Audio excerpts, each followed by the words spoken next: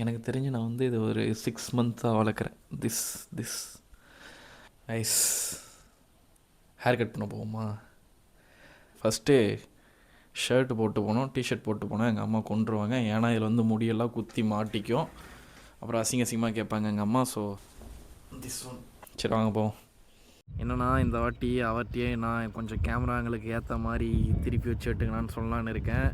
இது என்னடா அவ்வளோ பெரிய விஷயமானு கேட்காதீங்க. எஸ், இது ஒரு பெரிய பெரிய பெரிய பெரிய விஷயம். நான் 7 வருஷமாக அவர்கிட்ட வெட்டுறேன். இன்ன வரைக்கும் அதிகமாக ஒரு வார்த்தை பேசினதில்லை. அதிகமாக இல்லை, பேசினதே இல்லை.